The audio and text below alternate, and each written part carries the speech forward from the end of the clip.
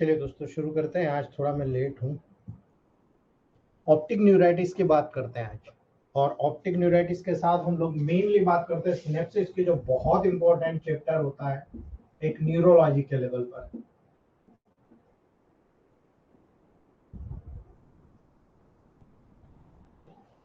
Point number 1 and point number 2, ठीक है।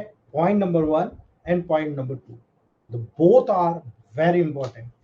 याद रखना, जब ऑप्टिक न्यूराइटिस का केस आप देखते हो तो आई साइट के लेवल पर जो ऑप्टिक नर्व होती है उससे रिलेशन आपको देखना है ना। तो पॉइंट नंबर 1 और 2 का आपको स्पेशल याद रखना है, क्योंकि बैक साइड से जब आप आई के बाल के लेवल पर देखोगे आपका डायरेक्टली शॉर्ट रूट नजर आता है, जो पर्टिकुलर आपके पूरे ब्रेन के कंट्रोल सिस्टम से जुड़ा हुआ आता है। दोस्तों, अगर आप ऑप्टिक न्यूराइटिस को देख रहे हो तो ITIS लग गया, मतलब इन्फ्लामेशन, ऑप्टिक नर्व के लेवल पर इन्फ्लामेशन, है ना। ऑप्टिक न्यूराइटिस एक इन्फ्लामेशन होता है जो ऑप्टिक नर्व को डैमेज करता है दोस्तों। यानी किसी कारणवश ऑप्टिक नर्व का डैमेज हो रहा है ना। नर्व फाइबर का एक बंडल होता है जो आई को, ब्रेन को विजुअल इंफॉर्मेशन को ट्रांसमिट करता है। यानी ये आई साइड है, बैक साइड में जहां पर ये पर्टिकुलर ऑयल सापट में फिल है, वहां से बैक साइड से निकलकर यहां से एक ट्रैक निकला और वो ट्रैक पर्टिकुलर ऑप्टिकल ट्रैक बनाते हुए ब्रेन के लेवल पर पूरी विजिबिलिटी दर्शाता है ना। पूरा विजुअल इंफॉर्मेशन को ट्रांसमिट करता है। इवन पेन, है ना, टेम्परेरी विजन लॉस एक आई में कॉमन सिम्टम होता है। यानी आईज के लेवल पर बहुत सीवियर पेन हो रहा है आपको और आपका टेम्परेरी विजन लॉस हो रहा है। यानी स्टेप बाय स्टेप आपकी जो देखने की क्षमता है ना वो रिड्यूस होती जा रही है ना। अगर ये नजर आ रहा है ना, आपको ऑप्टिक न्यूराइटिस का तुरंत डायग्नोसिस कर लेना चाहिए। आपको तुरंत वहां पर इसके बारे में पूरी जानकारी ले लेना चाहिए दोस्तों। इसीलिए याद रखना, जब कभी भी ऑप्टिक न्यूराइटिस होता है, याद रखना ये स्पेशली दोस्तों मल्टीपल स्क्लेरोसिस से लिंक्ड होता है ना। आपको हमेशा याद रखना है जो ON होता है ये हमेशा MS से लिंक होता है, यानी मल्टीपल स्क्लेरोसिस, यानी नर्व के लेवल पर, है ना। यानी एक डिसीज जिसके कारण ब्रेन और स्पाइनल कॉर्ड में नर्व का इन्फ्लामेशन और डैमेज हो रहा है, दोनों कंडीशन ऑप्टिक न्यूराइटिस को डेवलप करता है। दोनों लिंक्ड है दोस्तों, है ना। इसीलिए याद रखना, ऑप्टिक न्यूराइटिस का साइन और सिम्टम मल्टीपल स्क्लेरोसिस के फर्स्ट इंडिकेशन के रूप में आपको होगा, है ना। और इसीलिए मल्टीपल स्क्लेरोसिस के पूरे कोर्स में लेटरल स्टेज में जब मल्टीपल स्क्लेरोसिस बहुत ज्यादा वहां पर अपने सिम्टम बिखर चुका होगा, उस दौरान ऑप्टिक न्यूराइटिस आपको देखने को मिल जाएगा, है ना। ये सबसे पहला रीजन होता है मल्टीपल स्क्लेरोसिस के लेवल पर। लेकिन कई बार ऐसा होता है रिकरेंट कंजक्टिवाइटिस हो रहा है, रिकरेंट इन्फ्लामेशन हो रहा है ना, इम्यून डिसीज आपके खिलाफ डेवलप हो रही है, आप देख लीजिए दोस्तों, है ना, आपको ऑप्टिक न्यूराइटिस डेवलप होना शुरू हो जाएगा, है ना। बहुत सारी ऐसी कंडीशन होती है जिसमें ऑटो इम्यून डिसीज होती है, वहां हमारी बॉडी में हमारे खिलाफ एंटीबॉडीज बन जाती है। स्पेशल अगर मैं कहूं तो ल्यूपस इरिथमेटस, है ना। ज्यादातर पीपल जिनमें ऑप्टिक न्यूराइटिस का सिंगल साइन आपको नजर आता है, एपिसोड्स आपको नजर आते हैं, इवेंचुअली विजन को रिकवर कर लिया जाता है। अगर ये ट्रीटमेंट आप करते हो, इवेंचुअली विजन को रिकवर कर लिया जाता है।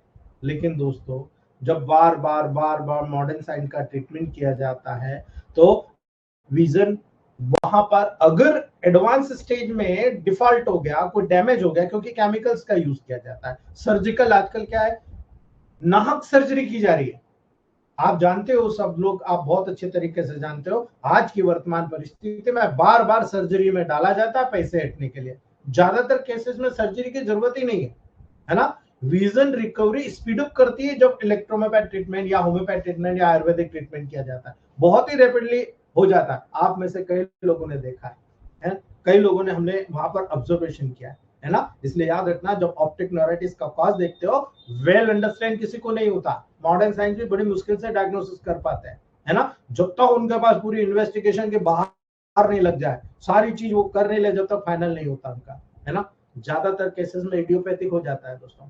इसका मतलब होता है इसमें कोई भी आइडेंटिफिकल कॉज नहीं होता, और जब आइडेंटिफिकल कॉज नहीं होता है, इनफैक्ट ऑप्टिक न्यूराइटिस प्राय जो मल्टीपल स्क्लेरोसिस होते हैं उसके फर्स्ट सिम्टम के रूप में आपके सामने आता है ना। और यही कारण है ज्यादातर लोग डायग्नोस नहीं कर पाते हैं। ऑप्टिक न्यूराइटिस एक इन्फेक्शन या एक इन्फ्लामेटरी जब इम्यून रिस्पांस आपको डेवलप होता है उसके कारण होता है, लेकिन जब वो रिस्पांस डेवलप होता है तो मॉडर्न साइंस के डॉक्टर इतने ज्यादा आइस पे लोड नहीं लेते हैं, वो ये लो आई ड्रॉप ले लो, ये पेन किलर ले लो, उससे सबसाइड हो जाता है कुछ समय के लिए। लेकिन जब सेकंड टाइम आते हैं तो जो स्टार्टिंग में 10% था वो 25 से 30% हो गया। फिर आया तो क्या, एक काम कर, चलो आई टेस्ट करा लो आप। जब आई टेस्ट कराया जाता है तब वहां पर पता लगता है, तब तक बहुत ज्यादा फैल चुका होता है दोस्तों। यही कारण है दोस्तों, जब आप कभी भी आंखों के लेवल पर पेशेंट आपको आकर कहता है कि मुझे पहले से अभी 2 4 8 महीने में, साल भर में मुझे दिखने की क्षमता कम हो रही है ना, नर्व डिसीज जो ऑप्टिक न्यूराइटिस को कॉज करती है, आप तुरंत डायग्नोसिस कीजिए कहीं इसको न्यूरोमाइलाइटिस ऑप्टिका तो नहीं है। यानी यहाँ पर जो पर्टिकुलर जो मसल्स है ऑप्टिक आपकी आई साइड की जो मसल्स है, उनमें कहीं ना कहीं मसल्स में कोई प्रॉब्लम तो नहीं है, मसल्स नर्व का कोऑर्डिनेशन तो नहीं हुआ, मल्टीपल स्क्लेरोसिस तो नहीं हुआ। यहाँ पर याद रखना चिल्ड्रंस डिसीज होती है ना, SCHILDRS, याद रखना दोस्तों। ये डिसीज एक क्रॉनिक डीमाइलिनेटिंग कंडीशन होती है दोस्तों, जो चाइल्डहुड में शुरू होती है, यानी बचपन से ही उसको आईसाइट जा रही है। ठीक है, इन्फेक्शन जो ऑप्टिक न्यूराइटिस कॉज करता है दोस्तों, आज के समय में वायरल इन्फेक्शन जितनी भी ढूंढोगे ना ढेर मिल जाएगी। मम्स देख लो, मीजल्स देख लो, ट्यूबरकुलोसिस देख लो, ये बैक्टीरियल इन्फेक्शन है ना। आप लाइम डिसीज देख लो, वायरल इंसेफ्लाइटिस देख लो, साइनोसाइटिस देख लो आप, है ना, मेनिंजाइटिस देख लो आप, शिंगल्स देख लो आप, हर्पीस के कारण, है ना। आप देखिएगा दोस्तों, जो ऑप्टिक न्यूराइटिस के कॉजेस है ना, ये मैक्सिमम आपको टेबल प्रैक्टिस में देखने को मिल जाएगा। लेकिन जब सार्कोइडोसिस होता है, एक इलनेस जिसके कारण वेरियस ऑर्गन, बहुत सारे ऑर्गन जो टिश्यूज होते हैं आपके बॉडी में, वो इन्फ्लाम्ड हो जाते हैं और मल्टीपल डिसऑर्डर के रूप में ऑप्टिक न्यूराइटिस डेवलप होता है ना। गुलियन बेरी सिंड्रोम आजकल सबसे कॉमन है ना दोस्तों, है ना। गुलियन बेरी सिंड्रोम सबसे कॉमन हो रहा है दोस्तों, एक डिसीज जिसमें हमारा इम्यून सिस्टम हमारे नर्वस सिस्टम के खिलाफ वहां पर दोस्तों अटैक करता है। और जब ऐसे केसेस का ट्रीटमेंट किया जाता है ना, तो चाहे पोस्ट वैक्सीनेशन रिएक्शन हो जाए या एक इम्यून रिएक्शन के लेवल पर फॉलोअप के रूप में यहाँ पर रिएक्शन हो जाए, या वैक्सीनेशन के बाद इसको फॉलोइंग कंडीशन में आप देख रहे हो कई बार बहुत सारे केमिकल्स डट गए, बहुत सारी ड्रग्स ऐसी यूज कर ली जिसको यूज नहीं करना था, उसके परिणाम स्वरूप जब ये कंडीशन डेवलप होती है, तब आप वहां पर दोस्तों ऑप्टिक न्यूराइटिस होता हुआ देखा जाता है। अगर पेशेंट आपको सारी चीज खुल के बता रहा है तो आपका डायग्नोसिस सीधे हो जाता है कि इसको यार ऑप्टिक न्यूराइटिस हो गया है ना। लेकिन पेशेंट और हम में कुछ कमियां है, हम लोग जल्दीबाजी में, हड़बड़ी में, भीड़ लगी हुई है, हम लोग डायग्नोस नहीं कर पा रहे हैं, है ना। बहुत सारे केसेस ऐसे हमने, मेरे से भी हुए दोस्तों, मैं दूसरों की बात नहीं करता, अपनी बात करता हूँ, मेरे से भी हुए।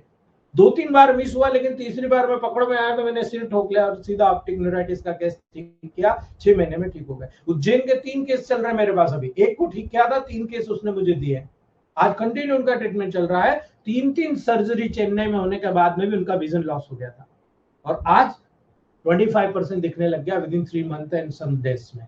ठीक है, याद रखना दोस्तों, हमारे ग्रुप में भी काफी डॉक्टर्स हैं जिनको मैं यहाँ पर ट्रीटमेंट दे रहा हूँ, और वो काफी अच्छा इंप्रूवमेंट है दोस्तों। इसलिए याद रखना, एक आई में जब विजन का लॉस होता है तो ज्यादातर लोगों में कुछ समय का टेम्परेरी विजन का रिडक्शन हो जाता है दोस्तों, किंतु एक्सटेंट का लॉस वरीज होता है कितनी क्वांटिटी में विजन का लॉस हुआ, 10%, 20%, 50%, अकॉर्डिंग टू कंडीशन। ये नोटिसेबल विजन लॉस यूजुअली कुछ घंटों में, कुछ दो में डेवलप हो जाता है, आपको याद रखना, मैंने बताया अभी आपको। इसलिए कई वीक्स या कई दिनों में, कई मंथ में इंप्रूव होता है, यानी कुछ घंटों में, कुछ डे में डेवलप हो गया ना, महीनों में ठीक होगा, है ना। इसलिए टाइम मत देना मैं 6 महीने में ठीक कर दूंगा, टाइम मत देना, पेशेंट बहुत गधा है ना। याद रखना, पेशेंट टाइम पकड़ लेगा क्योंकि वो पैसे दे रहा है आपको, है ना। याद रखना, विजन लॉस कुछ केसेस में परमानेंट भी हो जाता है, ये भी मैं कह रहा हूं, परमानेंट भी हो जाता है, क्योंकि अभी हमें रिसर्च की जरूरत है। आप उनमें जब रिसर्च करेंगे, इसके बारे में पूरा यूटिलिटी होगा, हम इतने लोग जुड़े हैं, हम इतने लोग मिलकर काम कर रहे हैं, तो कहीं ना कहीं हमको विजुअल एक्यूटी अगर नजर आना शुरू हो गई, हाँ यार हमारा प्रोटोकॉल सही है, आप देखो बहुत बढ़िया रिजल्ट मिलता है ना। याद रखना, विजुअल फील्ड लॉस हो रहा है, किसी भी पैटर्न में साइड विजन का लॉस हो जाता है, आप देखो साइड विजन का लॉस हो रहा है ना, बहुत बड़ा सिम्टम है दोस्तों, है ना। बैस ऑफ कलर विजन आप देखोगे, प्राय ऑप्टिक न्यूराइटिस जब होती है तो जो कलर परसेप्शन होता है वो अफेक्टेड करता है दोस्तों। हम इसे नोटिस करते हैं कि नॉर्मल की तुलना में लेस विविड जो कलर होता है वो अपीयर होता है ना। जब हम इसको लास्ट सेम में स्पेशल सेंसेस में जब हम आइज पढ़ेंगे, पूरे आइज के चैप्टर में ये सारी चीज मैं बताऊंगा कि ये कैसे वहां पर यूजुअली यूज होता है, आपकी आई साइट कैसे कलर के पिगमेंट्स के माध्यम से कलर का परसेप्शन करती है ना। याद रखना दोस्तों, जब फ्लैशिंग लाइट्स देखते हो, कई बार आंखों पे बहुत ज्यादा फ्लैशिंग लाइट्स होती है ना। कुछ लोगों में ऑप्टिक न्यूराइटिस के साथ रिपोर्ट में दिखता है कि आई मूवमेंट के साथ साथ वहां पर फ्लैशिंग हो रही है या फ्लिकिंग लाइट दिखती है, यानी आंखों के ऊपर रिफ्लेक्स होता कुछ नहीं है, लेकिन आंखों में ऐसा महसूस होता है कुछ चीज यहां से गुजर के गया है ना, निकला कुछ नहीं लेकिन पेशेंट को महसूस होता है। इसलिए यह बहुत इंपॉर्टेंट होता है इन्वेस्टिगेशन, है ना। डायग्नोसिस के लिए एक ऑप्थेल्मोलॉजिस्ट जो होता है वो उसके माध्यम से चेक कराना चाहिए दोस्तों, जो जनरली लोकल टेस्ट होती है, मेडिकल हिस्ट्री होती है, उसके ऊपर एग्जामिनेशन डिपेंड करता है। कई प्रकार के आई टेस्ट करता है दोस्तों। जो सबसे पहले रूटीन आई टेस्ट करता है तो एक डॉक्टर विजन को, कलर को परसेप्ट करने की एबिलिटी को, और साइड विजन जो होता है उसको पेरिफेरल को मेजर करने का काम करता है। जो पेरिफेरली विजन होता है ना, उसको मेजर करने का काम करता है। देयर में भी डिफेक्ट, देन डायग्नोसिस हो जाता है कि ये ऑप्टिक न्यूराइटिस का केस है, डेफिनेटली हुआ है ना। इसीलिए जो ऑप्थेल्मोस्कोपी होता है ना, सबसे बेस्ट होता है।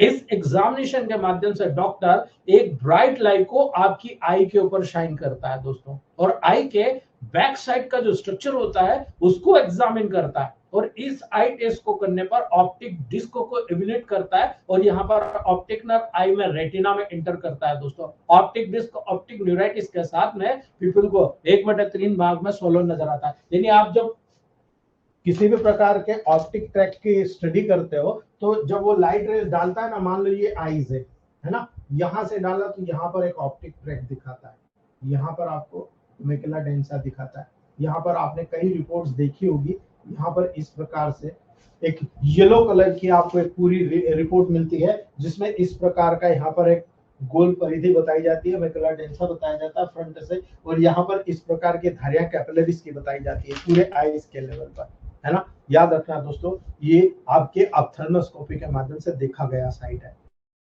है ना। इसीलिए पिपुलरी लाइट रिएक्शन टेस्ट बहुत इंपॉर्टेंट होता है दोस्तों। डॉक्टर आइज के इन फ्रंट में आप देखेंगे ना, जब एक प्रकार से आप जब किसी ऑप्थेल्मोस्कोप के पास जाएंगे या आप किसी भी आई स्पेशलिस्ट के पास जाएंगे, उनको कहिए कि सर थोड़ा सा हमें डिमॉन्स्ट्रेट करिए, अगर टाइम होगा तो वो डिमॉन्स्ट्रेट कर देगा, ठीक है। एक जो यहाँ पर फ्लैश लाइट को मूव करता है वो, और ये देखता है पीपल कैसे रिस्पॉन्ड कर रहा है, आपका पीपल कैसे मूव कर रहा है, बड़ा छोटा कैसे कर रहा है। यानी ब्राइट लाइट को एक्सपोज करेंगे दोस्तों तो आई में आपको नजर आएगा दोस्तों, पीपल वहां पर आपको मूवमेंट करता हुआ नजर आता है ना। और जब ऐसी कंडीशन होगी तो ऑप्टिक न्यूरोलॉजिस्ट के द्वारा वहां पर दोस्तों आपको हमेशा याद रखना है, जब ऑप्टिक न्यूराइटिस होता है ना तो अफेक्टेड होता हुआ तुरंत पकड़ लेगा, है ना। वो ज्यादा कांस्टिक नहीं हो पाता दोस्तों, जैसे कि हेल्दी आईज में होता है ना, लाइट के स्टिमुलेशन पे तुरंत कॉन्स्ट्रिक्ट हो जाता, बंद हो जाता, लेकिन यहाँ ऑप्टिक न्यूराइटिस है बंद नहीं होता, इसीलिए आपकी आंखें फ्लक्चुएट करने लगती है दोस्तों। और जनरली जो हेल्दी स्टेट में अगर लाइट डालोगे, आप देख लो लाइट डाल के, वो तुम्हारे क्यों लाइट डाल रहा, आंखें बंद कर ले, है ना। लेकिन यहाँ पर उसमें आपको ये केस में देखने को नहीं मिलेगा, ठीक है। ये टोटल टेस्ट जो होती है एक लाइट विजन टेस्ट होती है, एक लाइट एग्जामिनेशन जो होती है अर्ली स्टेज में किया जाता है। लेकिन दोस्तों जब उसे ऐसा लग जाता है ना कि ऑप्टिक न्यूराइटिस का डायग्नोसिस है, तो वो वहां पर 2 टेस्ट परफॉर्म करता है। एक एमआरआई, है ना।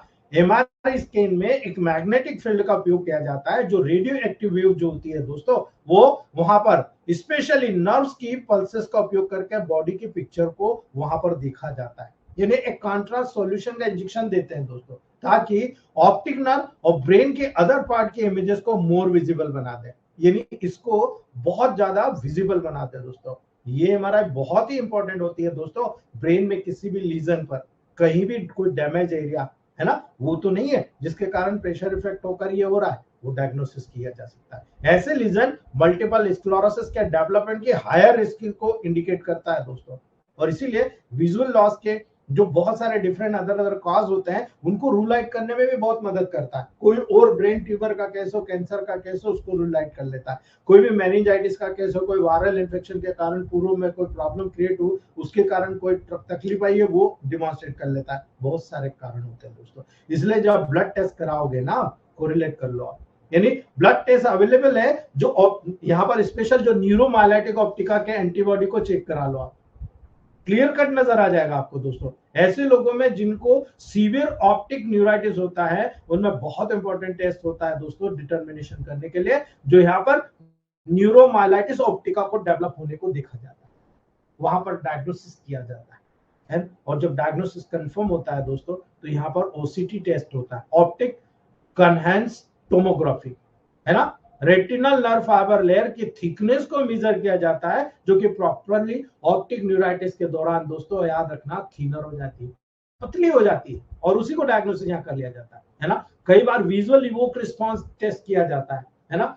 स्क्रीन पे जो पहले आपको एक स्क्रीन के सामने बिठा दिया है ना, जिस पर अल्टरनेटिंग चेकबोर्ड पैटर्न को डिस्प्ले किया जाता है, अलग अलग अक्षर को, है ना। हेड को वायर्स के माध्यम से स्मॉल पेजेस से यहाँ पर अटैच कर दिया जाता है उस मशीन में, और विजुअल स्टिमुलाई को ब्रेन के रिस्पॉन्स को रिकॉर्ड किया जाता है कि आप जो देख रहे हो आपका ब्रेन क्या पकड़ रहा है ना। इस प्रकार के टेस्ट इलेक्ट्रिकल कंडक्शन के स्लोइंग को डिटेक्ट करती है कि कहीं आपके ब्रेन में जो ऑप्टिकल ट्रैक्सेस है, मैसेजेस, जो आंख, नाक, कान, और इनका काम क्या, बैलेंस करना, मूवमेंट कराना बॉडी को, आपको डिटेक्ट कराना कि क्या चीज है। उन ऑप्टिक नर्व का अगर ऑप्टिक न्यूराइटिस हुआ है, इनका जो फंक्शन होता है डिलेड हो जाएगा, स्लो हो जाएगा, है ना। और ऑप्टिक नर्व के डैमेज को रिजल्ट करेगा कितना परसेंट ऑप्टिक नर्व का डैमेज हुआ है, और उस ऑप्टिक नर्व को आप यहाँ पर कैसे रिजनरेट करेंगे, ये सारी चीज आपको यहाँ पर मिल जाएगी दोस्तों। यही कारण है जब आप प्रोटोकॉल निर्धारित करेंगे, आपको विशेष तौर से याद रखना है दोस्तों, जब भी ऑप्टिक न्यूराइटिस का केस डिमॉन्स्ट्रेट किया जाता है, यहाँ पर सबसे इंपॉर्टेंट होता है न्यूरोलॉजिकल डैमेज। याद रख लेना, neurological damage. S12 Ven1 C5 ये सबसे बेस्ट प्रोटोकॉल होता है दोस्तों। S12 Ven1 C5 1000 plus GD4 10 globus daily, या 5 ग्लोबस मॉर्निंग, 5 ग्लोबस इवनिंग, बहुत ब्रिलियंट रिजल्ट मिलता है दोस्तों। S12 A3 C5 WE D4 से आई ड्रॉप।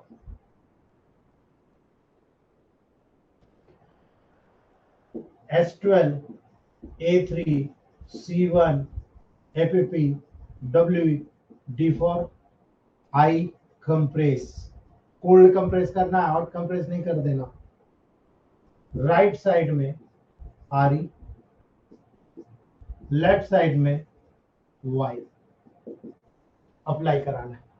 अगर इसी को आप 5, 6, 7, 17, 18 है ना, वहां पर भी अप्लाई करते हो, बहुत अच्छा रिजल्ट मिलेगा। अगर आप स्पेशली यहाँ पर कुछ प्रोटोकॉल्स को बेस्ट बनाना चाहते हैं दोस्तों, तो याद रखना यहाँ पर आरी का उपयोग बहुत जरूरी होता है ना। जब आपको लग रहा है कि यहाँ पर कहीं ना कहीं आपको बहुत तेजी के साथ आई साइट को बढ़ाना है, एपीपी को पोस्टीरियर में लगा दो, मतलब पॉइंट नंबर 2 पे लगा दो, आरी को राइट पे, लेफ्ट पे वाई को लगा दो। आप अगर ये करेंगे दोस्तों, आप मान के चलिएगा आपका जो विजन होता है बहुत तेजी से इंपैक्ट होने लगता है। याद रखना, ये विजन बहुत तेजी से इंपैक्ट होने लगता है। कई बार हेड ऑयल आप जब अप्लाई करोगे ऑप्टिक न्यूराइटिस में, बहुत जल्दी रिजल्ट मुझे पता है। हेड ऑयल के लेवल पर जब भी मैंने उपयोग किया है, बहुत अच्छे रिजल्ट मुझे हेड ऑयल के लेवल पर मिले हैं दोस्तों। आप चाहो तो यहाँ पर हेड ऑयल का भी प्रयोग साइमल्टेनियसली कर सकते हो। अब हेड ऑयल में क्या है आप लोगों को पता है, मैं आपको आगे नहीं बताना चाहता हूँ दोस्तों, ठीक है। तो ये एक बहुत अच्छा है। हाँ, एक चीज और मैं बहुत अच्छी बता रहा हूँ, हमारे एक सीनियर डॉक्टर ने मुझे गाइड किया था कि सर ऐसे ऑप्टिक न्यूराइटिस का केस मेरे पास जब आया, तो मैंने इसमें हाई पोटेंसी का इंजेक्शन बना के लगाया, और हाई पोटेंसी के इंजेक्शन लगाने के कारण हर 7th डे पे मैंने लगाया। पहले 1000 का लगाया, फिर 500 का लगाया, 200 का लगाया, मुझे बहुत बेनिफिट मिला। मेरा patient with in 3.5 month recover हुआ दोस्तों। जो रिस्क उठा सकता वही लगाए, अन्यथा कोई रिस्क उठाने की कोशिश ना करे, ठीक है। याद रख लेना इस बात को। चलिए, आज का हमारा इसी से रिलेटेड टॉपिक है ऑप्टिक, आपका सिनेप्सिस, यानी सिनेप्सिस कैसे काम करता है। अगर हमने लास्ट टाइम के हमने जो प्री और पोस्ट न्यूरॉन का देखा था, तो हमने गैप के लेवल पर देखा था एक्सोनिक सिनेप्सिस, एक्सोडेंड्राइटिक सिनेप्सिस, एक्सोसोमेटिक सिनेप्सिस। हमने 3 प्रकार का जाना था। लेकिन जब फंक्शनल क्लासिफिकेशन किया जाता है, फंक्शन के अकॉर्डिंग, जो हमें बहुत इंपॉर्टेंटली समझना है, इंपल्सेस जो ट्रांसमिशन का मोड के बेसिस पर जब सिनेप्सी को देखा जाता है तो फंक्शनल क्लासिफिकेशन किया जाता है ना। इसीलिए दो कैटेगरी में डिवाइड किया जाता है, एक होता है इलेक्ट्रिकल सिनेप्सी, एक होता है केमिकल सिनेप्सी, है ना। एक इलेक्ट्रिकल इंपल्स उसको जंप करके भेजता है और एक प्री और पोस्ट न्यूरॉन के बीच में जो वहां पर केमिकल्स है, जो लिक्विड पड़ा हुआ है, यहां से आया, यहां डुबकी मारा, यहां से बाहर निकला और स्ट्रांग होकर आगे निकल गया, और दूसरे सिनेप्सी के लेवल पर गया और स्ट्रांग हुआ और स्ट्रांग होकर वहां निकल गया। अर्थात इलेक्ट्रिकल जंप करके जाएगा और केमिकल नहा के जाएगा। वहां जो केमिकल्स मिले हुए वो न्यूरोट्रांसमीटर के माध्यम से जाएगा। ये एक सिनेप्सी का पूरा रूल्स मैं आपको बता रहा हूं।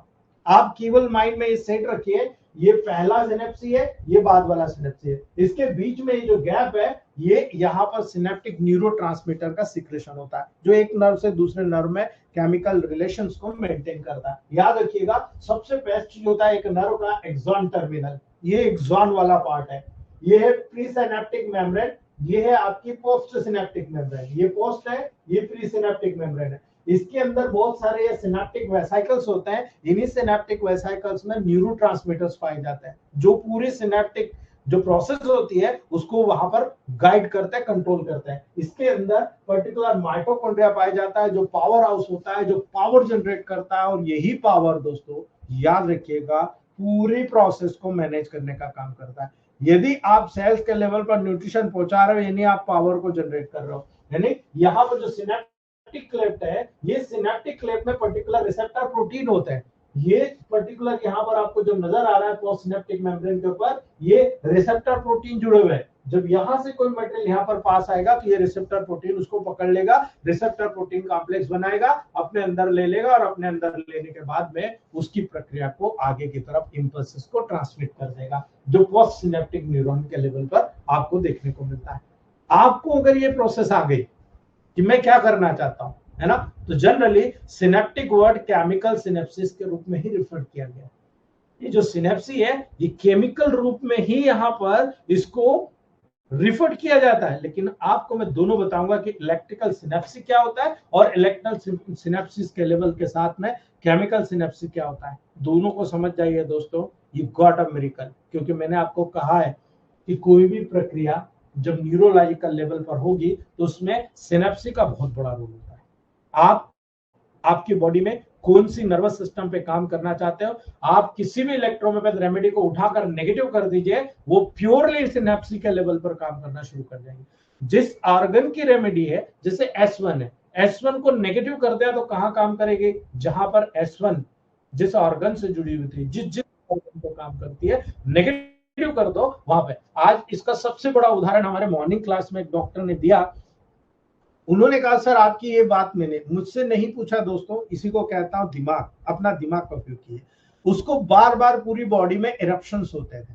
मैंने S1 पढ़ा है, मैंने कहा भाई S1 को नेगेटिव करोगे तो जितनी भी इरप्टिव डिसीज हो वो ठीक हो जाएगी, जो दाने बॉडी पे निकलते हैं वो ठीक हो जाएंगे, है ना, ये न्यूरोलॉजिकल होगा, आप मेडिसिन को न्यूरोलॉजिकल कर लो।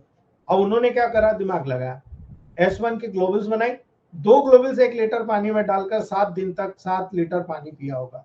और आज उन्होंने फीडबैक बताया कि सर मुझे जो 5 से 7 साल पहले से जो प्रॉब्लम हो रही थी, अभी 7 to 8 डेज हुए हैं, मैंने 7 to 8 लीटर वाटर पिया है, वो वाला S1 वाला 2 ग्लोबल्स वाला MMP वाला।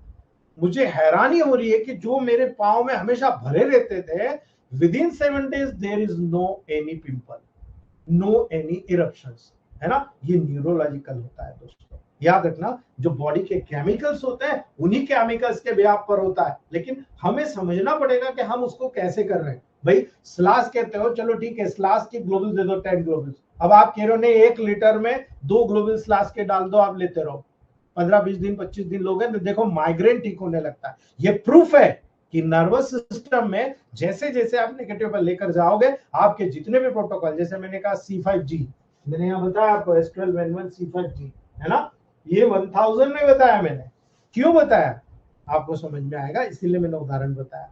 जब इलेक्ट्रिकल सिनेप्सी की बात होती है तो ये वो सिनेप्सी होते हैं दोस्तों जो दोनों न्यूरॉन के बीच में गैप जंक्शन के द्वारा, सिर्फ आपको मैंने कल बताया था, प्री सिनेप्टिक और पोस्ट सिनेप्टिक न्यूरॉन के बीच में फिजियोलॉजिकल कंटिन्यूटी प्रदान करता है। यानी दोनों के बीच में गैप जंक्शन होता है, ये सिनेप्टिक क्लेफ्ट नहीं होता, दोनों के बीच में गैप जंक्शन, इधर से आया उस गैप में से होता हुआ दूसरे न्यूरॉन में चला गया, वो इलेक्ट्रिकल इंपल्स के लेवल पर होता है। यहाँ पर आयंस का डायरेक्टली एक्सचेंज दो न्यूरॉन के बीच में जो गैप जंक्शन होता है उसके माध्यम से हो जाता है। अब आयंस यानी कैटायन एनायन, पॉजिटिव नेगेटिव, दोनों उस गैप जंक्शन के माध्यम, इधर पॉजिटिव गया तो इधर नेगेटिव, इधर नेगेटिव गया तो इधर पॉजिटिव, है ना, ये डायरेक्टली गैप जंक्शन के माध्यम से अकॉर्डिंग कंडीशन वहां पर एडजस्ट होते रहते हैं और वो फंक्शन नॉर्मल होते रहता है। याद रखना इस रीजन के कारण, है ना, एक्शन पोटेंशियल जो प्री सिनेप्टिक न्यूरॉन के लेवल पर है उसका टर्मिनल पोर्शन तक पहुंच जाता है दोस्तों, यानी डायरेक्टली पोस्ट सिनेप्टिक न्यूरॉन में एंटर कर जाता है,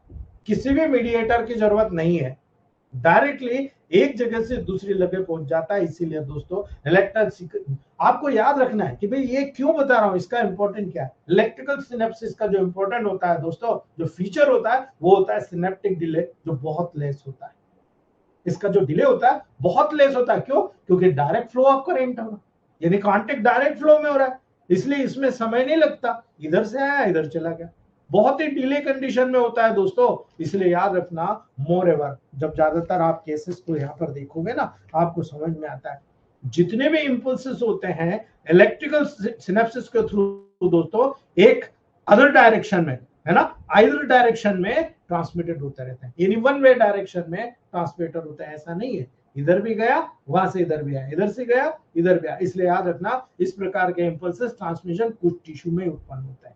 मैं इसलिए बता रहा हूं कि ये क्यों हो रहा, वन वे डायरेक्शन क्यों है। आपने कंडक्टिंग सिस्टम ऑफ हार्ट पढ़ा है ना, कार्डियक मसल फाइबर में smooth muscle fibre of intestine के लेवल पर आईज में लेंस की जो इपिथेलियल सेल्स है, याद रख लेना ये बात को, ये प्रूव करके बता रहा हूं आपको, आईज के लेवल पर जो लेंस की इपिथेलियल सेल्स है उनके जितने भी फंक्शंस होंगे पूर्ण रूप से इलेक्ट्रिकल इंपल्सेस के आधार पर होंगे, अर्थात गैप जंक्शन के माध्यम से प्री सिनेप्टिक से पोस्ट सिनेप्टिक में डायरेक्ट चला जाएगा। इसलिए कंडक्शन डिले जो होता है वो बहुत शॉर्ट होता है दोस्तों, बहुत लेस होता है, बहुत कम होता है, फटाक से आया फटाक से चला गया। इसलिए याद रखना cardiac muscles fibre, smooth muscle fibre of intestine और आई की जो पर्टिकुलर लेंस की एपिथेलियल सेल्स है ना, उसका सीधा लिंक आपने यहां पर देखा है। याद रख लेना, अगर आप याद रख लेंगे प्रैक्टिकल अप्रोच आपको बहुत तेजी के साथ हो जाएगा कि मुझे यहाँ पर कार्डियक मसल्स ऑफ हार्ट के लेवल पर, इंटेस्टाइन के लेवल पर या पर्टिकुलर आइस के लेंस के लेवल पर जो एपिथेलियल सेल्स पर काम करना है, मुझे कहाँ काम करना है, मुझे डायरेक्ट इलेक्ट्रिकल इंपल्सेस पे काम करना है। आप केवल अप्लाई करते हो ना, है ना, आप अप्लाई कर रहे हो, क्या हो रहा है, हार्ट काम कर रहा है, तुरंत अप्लाई करा हार्ट काम करा, है ना। आप याद रखो इंटेस्टाइन पे आप वर्मन वाई डालते हो, पेट कितना जल्दी बंद होता है, A2F2S5C5 या A2F2S10C10 1-2Y आप एब्डोमेन पे लगाते हो, कितनी जल्दी पेन बंद होता है ना। याद रखना ये सब इलेक्ट्रिकल इंपल्सेस के कारण तुरंत डायरेक्टली अप्रोच पैदा करता है। आंखों में आई ड्रॉप डालते हो, तुरंत लेंस के एपिथेलियल सेल्स पर वर्क होता है, तुरंत वर्क आपको नजर आता है ना। इसका जो डिले होता है बहुत लेस होता है, क्योंकि डायरेक्ट प्री से पोस्ट में गैप जंक्शन के माध्यम से ट्रांसमिशन हो जाता है, यानी जो कैटायन एनायन है बहुत तेजी के साथ में ट्रांसफर हो जाता है। सिंपल सी प्रोसेस है, आपको सबको मालूम है ना। तीसरी बात, जब आप यहां पर केमिकल सिनेप्सी की बात करते हो तो थोड़ा सा डिफरेंस नजर आता है। केमिकल सिनेप्सी वो जंक्शन होता है दोस्तों जो नर्व फाइबर और एक मसल फाइबर, याद रख लेना मैं फिर बता रहा हूं, जो दो नर्व फाइबर या नर्व और मसल फाइबर के बीच में या दो नर्व फाइबर के बीच में होता है दोस्तों। इसी के माध्यम से जो सिग्नल होता है ना वो केमिकल ट्रांसमिशन के रिलीज के द्वारा ट्रांसमिटेड होता है, यानी यहाँ पर केमिकल्स निकलेगा, वो उसको स्टिमुलेट करेगा, उसके माध्यम से ट्रांसमिटेड होता है। इसलिए याद रखना केमिकल सिनेप्सी में दो हार्मोन्स के बीच में कंटिन्यूटी नहीं होती है ना, दो न्यूरॉन के बीच में कंटिन्यूटी नहीं होती है, इसलिए क्योंकि इनके बीच में एक स्पेस का प्रेजेंस होता है जो दो न्यूरॉन्स के बीच सिनेप्टिक क्लेफ्ट कहलाता है। ये जो नजर आ रहा प्री और पोस्ट, इनके बीच में गैप होता है, इस गैप को बोलते हैं दोस्तों सिनेप्टिक क्लेफ्ट। ठीक है, याद रखना जितना भी एक्शन पोटेंशियल जनरेट होता है इसी प्री सिनेप्टिक टर्मिनल पर पहुंचता है, यहां से जनरेट हुआ एक्सन से ये प्री सिनेप्टिक टर्मिनल पर आ गया। अब प्री सिनेप्टिक टर्मिनल के लेवल पर आया तो एक वेसाइकल, ये वेसाइकल दिख रहे हैं ना, ये वेसाइकल क्या करता है, वेसाइकल से न्यूरोट्रांसमीटर सब्सटेंसेस का रिलीज होता है, यानी जब इस एक्सॉन टर्मिनल के माध्यम से कोई एक्शन पोटेंशियल इस न्यूरॉन में आया, प्री सिनेप्टिक आपके प्री सिनेप्टिक मेम्ब्रेन के लेवल से यहाँ पर आया अंदर, ये वेसाइकल वहां से न्यूरोट्रांसमीटर को रिलीज करता है ना। ये जो न्यूरोट्रांसमीटर होता है दोस्तों, इस सिनेप्टिक क्लैप के माध्यम से पोस्ट सिनेप्टिक न्यूरॉन तक पहुंचता है और पोटेंशियल जो चेंजेस होता है उसके प्रोडक्शन को कॉज करता है। यानी ये न्यूरोट्रांसमीटर इस सिनेप्टिक क्लैप के माध्यम से इस प्रोटीन रिसेप्टर के माध्यम से कनेक्ट होकर पोस्ट न्यूरॉन में आएगा और पोस्ट न्यूरॉन में आने के बाद जो मैसेज वहां से लाया वो यहाँ पर आकर चेंजेस कराकर प्रोड्यूस कर देगा दोस्तों। It is called chemical synapses. ठीक है, आपकी बॉडी में केमिकल सिनेप्सिस सबसे ज्यादा होता है, इसीलिए सिनेप्सी को ज्यादातर केमिकल सिनेप्सी के रूप में माना जाता है। लेकिन याद रखना, इलेक्ट्रिकल सिनेप्सी भी कम नहीं है। इलेक्ट्रिकल सिनेप्सी भी देखो इंपॉर्टेंट ऑर्गन्स के लेवल पर काम करता है, cardiac muscle, intestinal muscles, eyes के लेवल पर, लेकिन केमिकल सिनेप्सिस पूरी बॉडी में। यानी आप जब कहीं भी किसी भी केमिकल सिनेप्सी के एनाटॉमी के फंक्शनल एनाटॉमी को समझोगे ना, आपको समझ में आना चाहिए कि एनाटॉमी है लेकिन इसके भी फंक्शन है, और इसके फंक्शनल एनाटॉमी आपके फिजियोलॉजी में कितने इंपॉर्टेंट है। न्यूरॉन जिसमें से एक्सॉन अराइज होता है, वो न्यूरॉन जिसमें से एक्सॉन अराइज होता है उसे प्री सिनेप्टिक न्यूरॉन कह रहे हो आप। ये जो एक्सॉन जिससे आपका न्यूरॉन अराइज हो रहा है, याद रखना, मतलब न्यूरॉन जिससे एक्सॉन अराइज हो रहा है आप उसको प्री सिनेप्टिक न्यूरॉन कहते हो। और न्यूरॉन जिस पर एक्सॉन इंड हो रहा है, ये एक्सॉन जहां आकर इंड हो रहा है उसे आप पोस्ट सिनेप्टिक न्यूरॉन कहते हो, है ना। यानी प्री सिनेप्टिक न्यूरॉन के एक्सॉन बहुत सारी स्मॉल ब्रांचेस में डिवाइड हो जाते हैं, बहुत सारी छोटी छोटी ब्रांचेस में डिवाइड होता है और सिनेप्सिस को फॉर्म करते हैं दोस्तों। पहले ब्रांचेस को हम दोस्तों प्री सिनेप्टिक एक्सॉन टर्मिनल्स कहते हैं। हमने पढ़ा है ना दोस्तों, आपको याद होगा।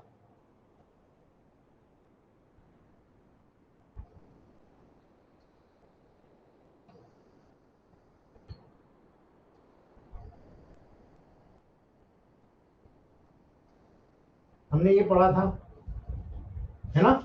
ये जो है ये आपका एक्सॉन टर्मिनल है, हमने पढ़ा था ना। यही चीज की बात कर रहे हैं दोस्तों। यहाँ पर प्री सिनेप्टिक एक्सॉन टर्मिनल्स पाई जाती है जो दूसरे न्यूरॉन के लेवल पर कनेक्ट होती है दोस्तों। इसीलिए जब आप एक्सॉन टर्मिनल की स्टडी करते हो तब आपको पता लगता है कि देखो यार हम कैसे, इसमें टर्मिनल लॉब्स पाई जाती है। ये जो दिख रही है ना, ये टर्मिनल लॉब्स है।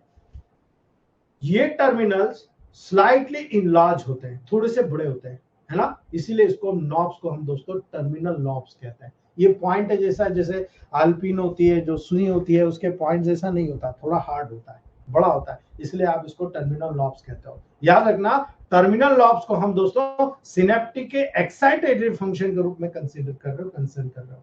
ये एक प्रकार से एक्साइटेटरी सिनेप्सिस के एक्साइटेटरी फंक्शन के रूप में आप कंसर्न कर रहे हो दोस्तों। इसलिए याद रखना, जो टर्मिनल कॉइल्स होती है या जो फ्री इंडिंग्स होती है, याद रखना इसके लिए बहुत इंपॉर्टेंट पार्ट होता है। जब आप टर्मिनल नॉब्स के अलावा पार्ट देखते हो तो वहां पर टर्मिनल वेबी या कॉइल्ड होती है, इस प्रकार से स्प्रिंग जैसी, है ना, जिसमें फ्री इंडिंग विदाउट नॉब होती है, वहां नॉब नहीं पाया जाता है दोस्तों, है ना। ये टर्मिनल इनहिबिटरी फंक्शन के साथ कंसर्न रहता है।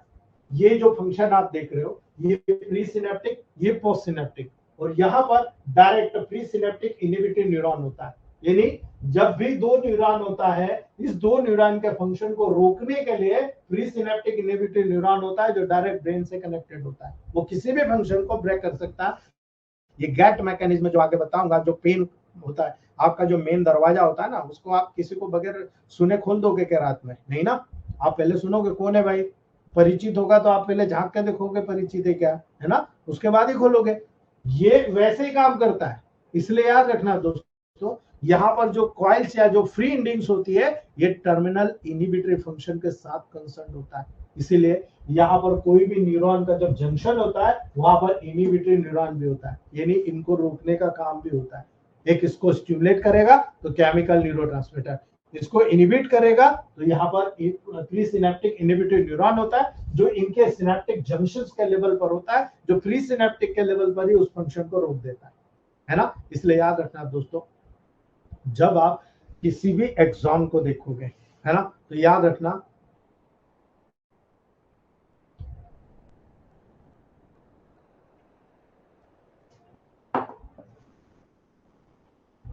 जब आप यहाँ पर किसी भी एनाटॉमिकल पॉइंट से देखोगे तो प्री सिनेप्टिक एक्सॉन टर्मिनल जो है, ये है प्री सिनेप्टिक एक्सॉन टर्मिनल, है ना। एक डेफिनेट इंटैक्ट मेम्ब्रेन होती है उसकी, डेफिनेट चिपकी हुई इंटैक्ट मेम्ब्रेन होती है, जिसमें हम प्री सिनेप्टिक मेम्ब्रेन के नाम से जानते हैं। ये लिखा हुआ है, आप देख सकते हो दोस्तों, ये प्री सिनेप्टिक मेम्ब्रेन, इसके ऊपर जो कोटिंग होती है ना, प्री सिनेप्टिक मेम्ब्रेन के लेवल पर होती है, यानी मेम्ब्रेन ऑर्गेनेल स्ट्रक्चर है दोस्तों। इसीलिए याद रखना, इस मेम्ब्रेन के होने के कारण एक्सॉन टर्मिनल के दो इंपॉर्टेंट स्ट्रक्चर इसके अंदर पाए जाते हैं, जिसमें सबसे इंपॉर्टेंट होता है दोस्तों माइटोकॉन्ड्रिया, है ना। माइटोकॉन्ड्रिया जो कि न्यूरोट्रांसमीटर सब्सटेंसेस को सिंथेसिस करने में मदद करता है, यानी ये जो माइटोकॉन्ड्रिया होता है, ये पावर हाउस ऑफ सेल होता है, ये पावर प्रदान करता है, और पावर प्रदान करेगा तो वहां पर न्यूरोट्रांसमीटर को पैदा करने के लिए पावर, आप देखते हो ना, एक चमक निकली आगे की तरफ जंप हो रही है, टीवी में देखते हो ना, जब आपको पूरा न्यूरोट्रांसमीटर का फंक्शन नजर आता है ना। तो याद रखना, ये सब्सटेंसेस को सिंथेसिस करने का काम कर रहा है न्यूरोट्रांसमीटर सब्सटेंसेस को। अगर वहां पर सिंथेसिस हो गया तो सिनेप्टिक वेसाइकल का काम हो जाता है वहां पर चालू। सिनेप्टिक वेसाइकल न्यूरोट्रांसमीटर सब्सटेंसेस जो बन रहे हैं उनको फ्रीली मूवमेंट करने नहीं देता, बहुत इंपॉर्टेंट सब्सटेंसेस है, आपकी बॉडी उसको फ्रीली मूवमेंट करने नहीं देगी, बेकार जाया नहीं होने देगी, उसको एक वेसाइकल के अंदर क्लोज कर देगी, जिसको हम बोलते हैं सिनेप्टिक वेसाइकल। ऐसे हजारों सिनेप्टिक वेसाइकल्स पर्टिकुलर वहां पर पाए जाते हैं दोस्तों। याद रखना, जब सिनेप्टिक क्लैम्प और सिनेप्टिक जो आपकी प्री सिनेप्टिक मेम्ब्रेन होती है दोस्तों, ये बहुत इंपॉर्टेंट रोल अदा करती है जब न्यूरोट्रांसमीटर की जरूरत होती है।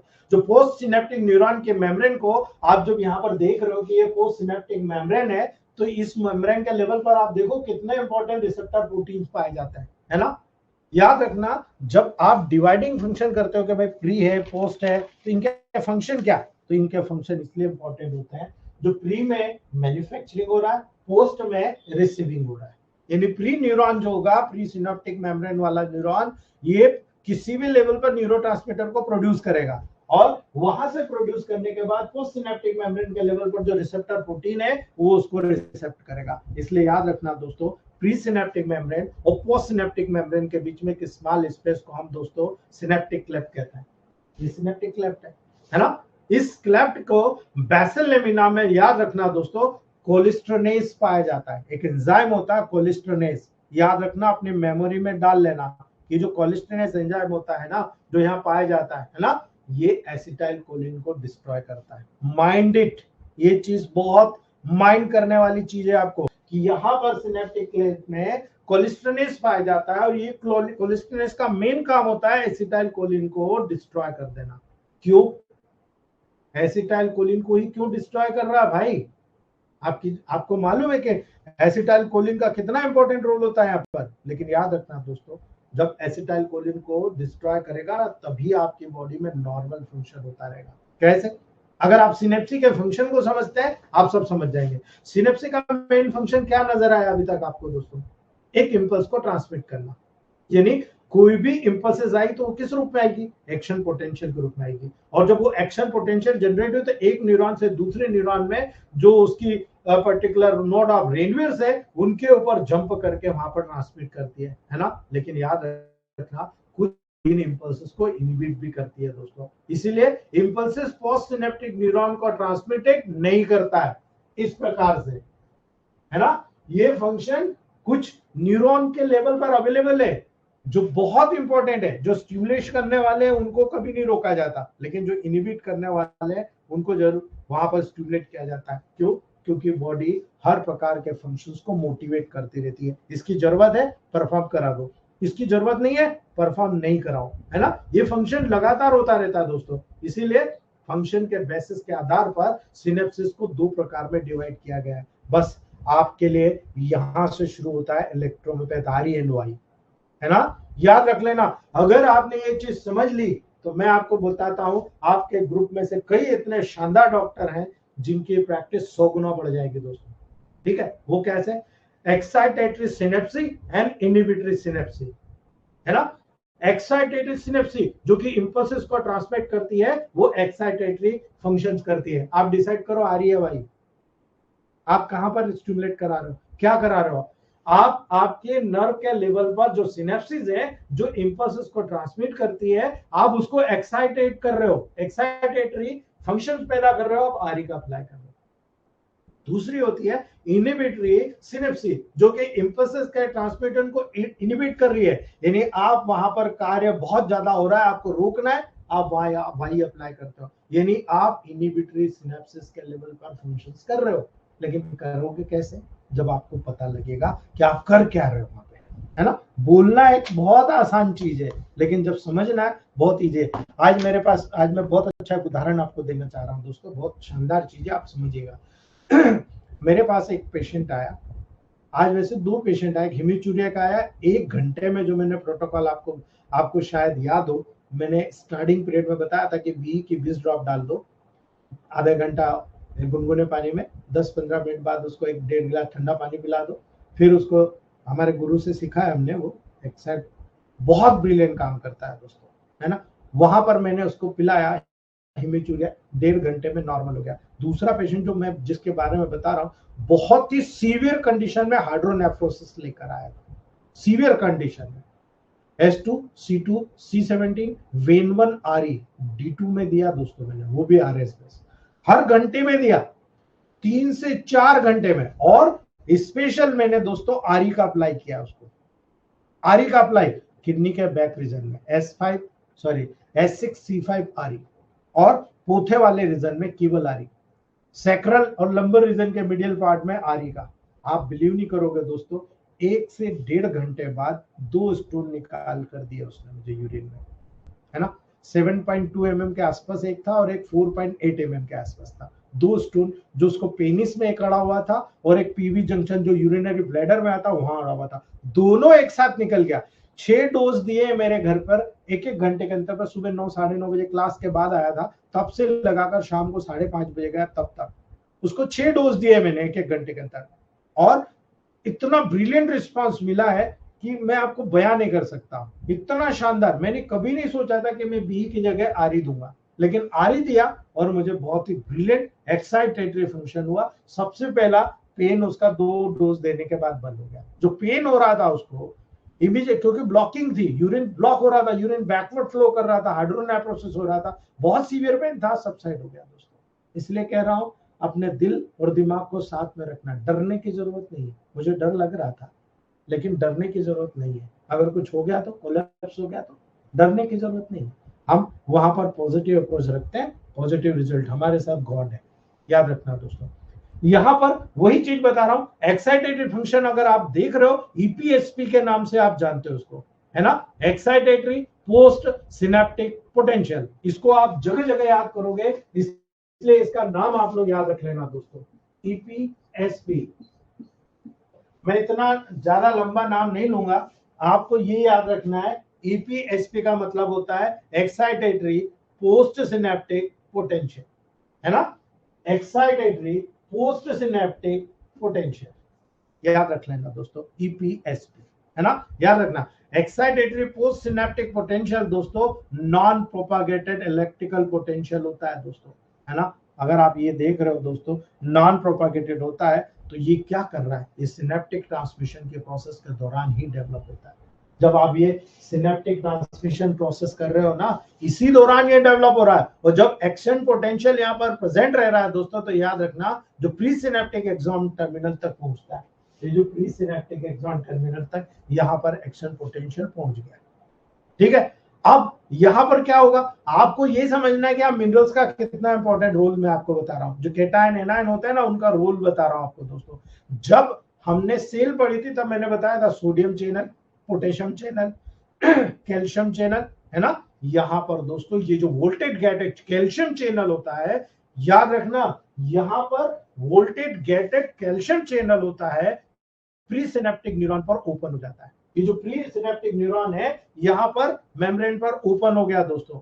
अब calcium ion extra cellular fluid से एक्सन टर्मिनल में वहां पर इंटर कर जाता है, यानी जो एक्स्ट्रा सेल्युलर फ्लूइड है वहां से इंटर कर रहा है अंदर की तरफ, है ना। यही कारण है दोस्तों, कैल्शियम आयन के कारण न्यूरोट्रांसमीटर सब्सटेंसेस का रिलीज होना शुरू हो जाता है, और वेसाइकल से एक्सोसाइटोसिस के द्वारा होता है, बाहर निकलना, सेल से बाहर निकलना। एक्सोसाइटोसिस के प्रोसेस के माध्यम से वेसिकल से बाहर निकल जाता है। अब याद रख लेना आप इस बात को, ये जो मैं बता रहा हूं ये इसलिए बता रहा हूं कि आपको कैल्शियम का रोल समझ में आएगा। ऐसी कौन सी मेडिसिन है जो आपकी बॉडी में मिनरल्स को बढ़ाती है? माइंड कर लीजिएगा, C4। ऐसी कौन सी मेडिसिन है जो C4 से अप कैटेगरी में आती है? यानी C4 के सारे गुण हैं, लेकिन एक और मेडिसिन मिलाकर उसके गुण को C4 से भी स्ट्रांग कर दिया गया, C5, है ना। इसीलिए आप प्रोटोकॉल देखो, C5, है ना। याद रख लेना दोस्तों, C5 C4 से ज्यादा पावरफुल मेडिसिन है, ठीक है। यहां अगर आप C4 से मिनरलाइजेशन बढ़ा रहे हो तो C5 भी बढ़ाएगी, लेकिन C5 का वर्क बहुत ज्यादा न्यूरोलॉजिकल हो जाता है। C4 मेनली मिनरलाइजेशन के लेवल पर काम करती है। इसीलिए जब कैल्शियम आयन वहां से निकलना है तो कैल्शियम आयन जो एक्स्ट्रा सेल्युलर फूड से आप एक्सॉन टर्मिनल में एंटर कराएंगे। कैल्शियम आयन के कारण क्या होगा, न्यूरोट्रांसमीटर जो मेम्ब्रेन है, जो सब्सटेंसेस है, वो रिलीज होगा। तो रिलीज कैसे होगा? वेसिकल से अंदर, जो ये वेसिकल के अंदर आपने जो यहाँ पर न्यूरोट्रांसमीटर बना रखे हैं, जब यहाँ कैल्शियम जाएगा तब वो रिलीज होगा। माइंड कर लीजिएगा इस बात को, है ना। इसलिए आप ज्यादातर जब बोन और मसल्स और नर्व के डिसीज का ट्रीटमेंट करते हैं तो C4 बहुत इंपॉर्टेंट रोल अदा करता है, ये काम करता है। आप C4 दे रहे हो, उस जगह पर आप मिनरलाइजेशन कैपेसिटी बढ़ा रहे हो, यानी कैल्शियम चैनल को आप एक्साइट कर रहे हो, है ना। इसीलिए न्यूरोट्रांसमीटर जो आपके फंक्शन में एक्साइटेटरी जो न्यूरोट्रांसमीटर होते हैं दोस्तों, जो कि प्री सिनेप्टिक मेम्ब्रेन और सिनेप्टिक क्लैप के थ्रू पास हो रहे हैं, दिख रहा है प्रोसेस, तो आपको समझ में आ रही है ना। याद रखना दोस्तों, जब ये पोस्ट सिनेप्टिक मेम्ब्रेन पे पहुंच जाएगा तब क्या होगा, न्यूरोट्रांसमीटर रिसेप्टर पैटर्न के द्वारा यहाँ पर ये जो प्रोटीन रिसेप्टर होते हैं उसके द्वारा बाइंड कर लिया जाएगा दोस्तों, है ना। क्या करेगा, न्यूरोट्रांसमीटर रिसेप्टर कॉम्प्लेक्स को फॉर्म करता है। ज्यादातर यही पढ़ना है आपको दोस्तों, है ना। जब इंडोक्राइनोलॉजी पढ़ोगे आप यही चीज पढ़ोगे। तो न्यूरोट्रांसमीटर रिसेप्टर कॉम्प्लेक्स के कारण दोस्तों एक प्रोपागेटर, यानी वहां नॉन प्रोपागेटेड था, यहां पर प्रोपागेटेड मतलब आप करवा रहे हो, ईपीएसपी का प्रोडक्शन करा रहे हो, यानी एक्साइटेटरी पोस्ट सिनेप्टिक पोटेंशियल का यहाँ पर प्रोपागेटिंग आप खुद करवा रहे हो दोस्तों, आप उसको प्रोडक्शन करा रहे हो। और ये ही दोस्तों सिनेप्सी में कॉमन एक्साइटेटरी न्यूरोट्रांसमीटर एसिटाइलकोलिन होता है। यही एसिटाइलकोलिन यहाँ पर होता है जो इस पूरी प्रक्रिया को निर्धारित करता है। अगर इसको आपने इनिबिट नहीं किया तो आपका न्यूरोमस्कुलर फंक्शन हमेशा होता रहेगा, लेकिन इसको एसिटाइलकोलिन ही यहाँ पर पर्टिकुलर सिनेप्सिस के लेवल पर एक्शन पोटेंशियल को आगे पहुंचाता है। अगर आप इसको इनिबिट करके नहीं रखेंगे तो हर चीज वो पहुंचाता रहेगा, जो जरूरी नहीं है वो भी पहुंचाता रहेगा। लेकिन यही कारण है नॉन प्रोपागेटेड में इस सिनेप्सिस को वहां पर जो एसिटाइलकोलिन है उसको यहाँ पर दोस्तों डिस्ट्रॉय करने का काम जो होता है कोलिस्टेरेज के द्वारा किया जाता है। याद रख लेना इस बात को, जिसके कारण जो एबनॉर्मल प्रक्रिया न्यूरोट्रांसमीटर में होती है उसको बाइंड करके रखा जाता है, क्रॉस करके रखा जाता है। लेकिन वहां जब जरूरत पड़ती है यही एसिटाइलकोलिन एक्शन टर्मिनल को जनरेट करके, एक्शन पोटेंशियल को जनरेट करके पूरे मैकेनिज्म को डेवलप करता है। इसलिए याद रखना, एक्साइटेटरी पोस्ट सिनेप्टिक जो पोटेंशियल डेवलप हो रहा है, इसका डेवलपमेंट का मैकेनिज्म अगर आपके माइंड में सेट हो गया ना, बहुत सारे न्यूरोलॉजिकल फंक्शन आप ओके कर जाओगे। कैसे? जब न्यूरोट्रांसमीटर रिसेप्टर कॉम्प्लेक्स के कारण आप देख रहे हो लिगेंड गेटेड सोडियम चैनल की ओपनिंग कर रहे हो, कैल्शियम के कारण लिगेंड गेटेड कैल्शियम के कारण ये पूरी प्रक्रिया हुई। अब यहाँ पर सोडियम चैनल को आप डेवलप कर रहे हो, आपने लिगेंड गेटेड सोडियम चैनल को ओपन कर दिया, है ना। अब क्या हुआ, एक्स्ट्रा सेल्युलर फ्लूइड से sodium ion post synaptic neuron की जो सेल बॉडी है उसमें इंटर कर जाएगा। इसकी सेल बॉडी में सोडियम वहां पर इंटर कर गया दोस्तों, ठीक है। आपको याद है सोडियम आयन पॉजिटिवली चार्ज होता है दोस्तों, है ना। अब पॉजिटिवली चार्ज है तो सेल बॉडी के अंदर रेस्टिंग मेम्ब्रेन पोटेंशियल अल्टर हो गया, क्योंकि ये तो पॉजिटिवली चार्ज है, और इसीलिए माइल्ड डिपोलराइजेशन डेवलप होता है, हल्का सा डिपोलराइजेशन डेवलप हुआ। और इस प्रकार का जो माइल्ड डिपोलराइजेशन होता है ईपीएसपी कहलाता है दोस्तों, है ना, एक्साइटेटरी पोस्ट सिनेप्टिक पोटेंशियल कहलाता है। ये सिनेप्सी में लोकल पोटेंशियल होता है, ये लोकल रिस्पांस होता है। ये जो सिनेप्सी है इसके अंदर जनरेट होने वाला लोकल रिस्पांस होता है जो एक्साइटेटरी पोस्ट सिनेप्टिक पोटेंशियल कहलाता है। And that is the science. अगर आप इतनी चीज को समझ गए तो आपको समझ में आ जाएगा कि यहां पर आप क्या कर रहे हो। आप एक्शन पोटेंशियल को जनरेट करा रहे हो। यदि आप पैरालिसिस के पेशेंट को ट्रीट करोगे, क्या करोगे आप बताओ, आप मुझे क्या करोगे? आपको मैं कहूं कि यहाँ पर एसिटाइल कोलिन को जनरेट कराना है, आप नेगेटिव दोगे या पॉजिटिव दोगे, है ना? आपको सबसे पहले यहाँ पर सोडियम और कैल्शियम चैनल को स्टिमुलेट करना है, तो आपको न्यूट्रिशन देना पड़ेगा। आपको S5C3RE का जो प्रोटोकॉल है बेस आपको यहाँ देना पड़ेगा, है ना? आपको S1 देना पड़ेगा, आपको S10 देना पड़ेगा, आपको स्लास देना पड़ेगा, पर्टिकुलर पूरी बॉडी के प्रोसेस में न्यूट्रिशन के बाहर यहाँ लगाना पड़ेगी। लेकिन याद रखना, बगैर मिनरलाइजेशन कैपेसिटी के आप ठीक नहीं कर सकते।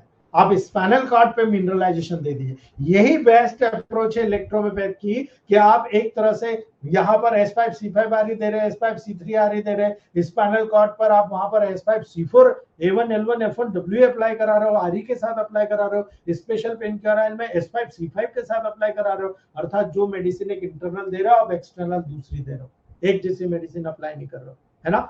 इससे क्या कर रहे हो आप? ईपीएसपी के हर माध्यम को जनरेट कर रहे हो। आप चाहे calcium gated voltage gated channel को स्टिमुलेट कर रहे हो, सोडियम गेटेड को। तो कैल्शियम चैनल स्टिमुलेट किया तो आपने न्यूरोट्रांसमीटर के माध्यम से सिनेप्सिस की जो एक्शन पोटेंशियल है उसको जनरेट कर दिया। अब आप यहाँ पर स्पेशली ईपीएसपी के माइल्ड डिपोलराइजेशन को जनरेट करा रहे हो, तो यहाँ पर जो पोस्टसिनेप्टिक मेम्ब्रेन के लेवल पर प्रोटीन रिसेप्टर को आपने वहां पर इसके न्यूरोट्रांसमीटर को उससे कनेक्ट कर दिया। कनेक्ट करने के बाद में यहाँ पर आपने माइल्ड अल्टरेशन कर दिया, डिपोलराइजेशन डेवलप हो गया, ये लोकल रिस्पॉन्स डेवलप कर लिया, जिसको आपने कहा एक्साइटेटरी पोस्टसिनेप्टिक पोटेंशियल। याद रखना दोस्तों, एक सिंपल सी प्रोसेस है, लेकिन यहाँ पर यही नहीं रुकता। इसी ईपीएसपी का अगर आप प्रॉपर्टी जान लोगे तो आप बहुत बड़े साइंटिस्ट बन जाओगे दोस्तों। क्यों? सिनेप्सी में केवल कन्फाइंड सीमा तय होती है, एक सीमा बंद होती है कितने दूर में। रिसेप्टर पोटेंशियल और इंड प्लेट पोटेंशियल के बिल्कुल सिमिलर होती है, यानी यहां से इतनी दूर है, ये इसकी परिधि है, ये यहां से शुरू हुआ, यहाँ इंड हुआ, ये इंड प्लेट है, बस इतनी दूर की इसकी परिधि है ना? अब आप मुझे बताओ, मैंने कहा S5C3RE को आप D4 D5 D6 में दे दो, ये परिधि तय कर ली। मैंने कहा 1000 में दे दो, कितनी बड़ी परिधि तय कर ली, है ना? तो आप मुझे बताओ, जब पैरालिसिस होता है तो पर्टिकुलर एक लोकल जगह पर होता है कि बहुत सारी जगह पर होता है? ब्लॉकेज आप नर्वस सिस्टम कहां पर है? ये जो ब्लॉकेज होता है नर्वस सिस्टम का, ये कहां पर डेवलप है? क्या एक जगह पर है या मल्टीपल है? एक जगह पर हुआ तो चुटकी बजाते ठीक हो जाएगा, मल्टीपल है तो लोकल की जगह आपको जनरल पे जाना पड़ेगा, है ना? इसीलिए जब पैरालिसिस का आप केस ट्रीटमेंट करेंगे, तब यहां पर आपको हमेशा याद रखना है, कोई भी लेवल पर आप न्यूट्रिशन और नेगेटिव दोनों का साइमल्टेनियसली इफेक्ट आप अपनाना पड़ेगा, आपको दोनों का सपोर्ट लेना पड़ेगा। अगर आपने किया ना, तो दो प्रॉपर्टी आपको ध्यान में रखना है ना? ये नॉन प्रोपेगेटेड होता है ना? और ऑल एंड नन लॉ को ओबे नहीं करता, इसलिए बहुत एडवांटेज बता रहा हूं। ऑल और नन क्या कह रहा है? एक साइड जा रहा है तो या तो जाएगा या फिर खुद जाएगा ही नहीं। लेकिन ये क्या करता है? ईपीएसपी की प्रॉपर्टी होती है, भाई जाएगा नहीं तो इसको स्टिमुलेट कैसे करेगा, है ना? आप मत भेजो, हम बार बार स्टिमुलेट करेंगे आपको। जब बार बार स्टिमुलेट करते हो, अरे चल आ ही जाए यार, तो वो एक बार में चला जाता है ना? इसलिए नॉन प्रोपेगेटेड होता है, ये इसका गुण है। और यही कारण है, जब आप बार बार एक मेडिकेशन करते रहेंगे, एक नर्व के लेवल को स्टिमुलेशन करते रहेंगे, मेरा मानना है एक दिन हार नहीं होगी आपकी, है ना? आप बिल्कुल ठीक कर जाओगे। क्यों कर जाओगे? क्या इंपॉर्टेंट है, सिग्निफिकेंस है ईपीएसपी का। हमने जनरेट करा दिया, ठीक है, एक्शन पोटेंशियल जनरेट करा दिया, calcium voltage gated channel open कर दिया, sodium voltage gated channel open कर दिया, लेकिन इस एक्शन पोटेंशियल को जनरेट कराकर नॉन प्रोपेगेटेड ऑल और नन को ओबे नहीं कर रहा, तो फिर इसका क्या करा आपने? इसका क्या महत्व है आपके लिए? ईपीएसपी पोस्ट सिनेप्टिक न्यूरॉन के एक्सॉन में ट्रांसमिटेड नहीं होता है, याद रख लेना आप। ये जो पोस्ट सिनेप्टिक आपको नजर आ रहा है ना न्यूरॉन का एक्सॉन, इसमें ट्रांसमिटेड नहीं होता। ये एक्सॉन में एक्शन पोटेंशियल के डेवलपमेंट को कॉज करता है, यहां पर केवल एक्शन पोटेंशियल जनरेट करता है दोस्तों, ये इसका महत्वपूर्ण होता है। यानी जब ईपीएसपी बहुत ज्यादा इनफ स्ट्रांग होता है, बहुत पर्याप्त स्ट्रांग होता है, ये एक्सॉन के इंटरनल सेगमेंट में voltage gate and sodium channel की ओपनिंग को कॉज कर देता है। जब सोडियम आयन की इंट्रेंस के कारण एक्सॉन का इनिशियल सेगमेंट, जो उसका प्रारंभिक सेगमेंट होता है, उसमें डीपोलराइजेशन उत्पन्न हो जाएगा और इसीलिए एक्शन पोटेंशियल डेवलप हो जाता है। यहां से एक्शन पोटेंशियल एक्सॉन के अन्य सेगमेंट में वही का वही स्प्रेड कर जाता है। यहां पर डेवलप हुआ, यहां पर पूरा एक्सॉन के पूरे पार्ट में वहां पर फैल जाएगा, आगे नहीं जाएगा, वहां पर फैल जाएगा पूरे एक्सॉन को, प्री से पोस्ट न्यूरॉन, यानी पहले न्यूरॉन से दूसरे न्यूरॉन में, वो पूरे एक्सॉन में वहां एक्सो एक्सोनिक फ्लो के माध्यम से वहां पर ट्रांसमिट हो जाएगा। ये इसका बेस्ट गुण होता है दोस्तों, ठीक है। अब जब ये गुण डेवलप हो गया तो आप मुझे ये बताइए, हम चार चीजें देखते हैं, यहां पर बताना बहुत जरूरी है। अब ये चार चीज आप अगर कंटिन्यूस समझते हैं तो आप बहुत अच्छे मास्टर बन जाएंगे दोस्तों। पहली बात, जब हमने यहाँ पर प्रोसेस बताया था तो आप जब टेबल प्रैक्टिस में देखोगे भाई अल्फा मोटर न्यूरॉन का काम हो रहा है ना, कोलेटरल्स हो रहे हैं, तो आपको ये याद रखना है, एक पार्ट है, एक पार्ट के लेवल पर, मान लो ये ब्रेन है, ये आपका सेरिबेलम है, ये स्पाइनल कॉर्ड है, ये पोन्स और मिड ब्रेन है ना। आपको याद रखना है, मैं बार बार कहता हूं, न्यूरॉन्स का कोलेटरल होता है, न्यूरॉन एक साइड गया और एक साइड के बाद में कई फाइबर दूसरी जगह से वहां पर क्रॉस करके गया, यानी जैसे ब्लड सर्कुलेशन कोलेटरल होता है, न्यूरॉन भी यहाँ पर कोलेटरल्स होता है ना। ये रेंशा शेल होती है जो यहाँ से इनहिबिट करने का काम करती है, लेकिन ये अल्फा मोटर न्यूरॉन होते हैं, ये अल्फा मोटर न्यूरॉन सेल से कोलेटरल्स पाए जाते हैं जो दोनों तरह से कनेक्ट करता है। अर्थात कहने का मतलब ये है, जब आप सेंसरी का सिस्टम समझेंगे या मोटर का सिस्टम समझेंगे, यहां पर आप किस चीज में एक्शन पोटेंशियल जनरेट कराना चाहते हैं, यानी आपकी बॉडी से यहां से निकला, स्पाइनल कॉर्ड में गया, स्पाइनल कॉर्ड मतलब आपके पर्टिकुलर स्पाइनल कॉर्ड के पोस्टीरियर पार्ट पे गया, यहां से फर्स्ट ऑर्डर न्यूरॉन से गया, second order neuron, third order neuron, thalamus, यहाँ थैलेमस से आपके ब्रेन में ये जा रहा है ना। अब आप मुझे बताओ, जब आपको पता लग रहा है कि सेंसेशन बॉडी से पेरिफेरल नर्वस सिस्टम से ब्रेन में आ रहा है और मोटर यानी इफरेंट सिस्टम आपके ब्रेन से यहां से स्पाइनल कॉर्ड से होते हुए ही आपके पर्टिकुलर बॉडी में आ रहा है, अब आपको पैरालिसिस हुआ या कोई भी न्यूरोस्थेनिया के प्रॉब्लम या कोई भी नर्वस एक्साइटमेंट हुआ, आप जब यहाँ एक्शन पोटेंशियल देख रहे हो तो एक्शन पोटेंशियल सेंसरी में ब्लॉकेज के कारण नहीं हो रहा या मोटर में ब्लॉकेज के कारण नहीं हो रहा, अर्थात यहां से सेंसेशन ब्रेन में नहीं जा रहा या ब्रेन से पर्टिकुलर सेंसेशन उस ऑर्गन में नहीं आ रहा, कौन से ट्रैक में अफेक्शन है, ब्लॉकेजेस कहां पर है, नर्व कहां पर सिनेप्सी को परफॉर्म नहीं कर रही, सिनेप्सी का फंक्शन कहां पर ब्लॉकेज है, उसके ऊपर पूरा ट्रीटमेंट आपका डिपेंड करेगा दोस्तों, ठीक है। इसलिए इसका आगे का चैप्टर, चूंकि यहां से हम दूसरा स्टिमुलेशन का पॉइंट हो गया, अब हम इनहिबिटरी फंक्शन पढ़ेंगे जो कल बताऊंगा दोस्तों। उम्मीद करूंगा छोटी सी चीज आपको समझने आ गई होगी, है ना। इसका आगे का चैप्टर थोड़ा सा कॉम्प्लिकेटेड है, इसलिए मैं कल का पूरा समय लूंगा, है ना। और कल तो चुनाव का भी माहौल है, आप लोग भी मजे लीजिएगा, सुबह शाम को मिलते हैं, सारा टेंशन दूर कर देंगे, ठीक है। कोई चीज आपको अगर पूछना है तो आप पूछ सकते हो दोस्तों।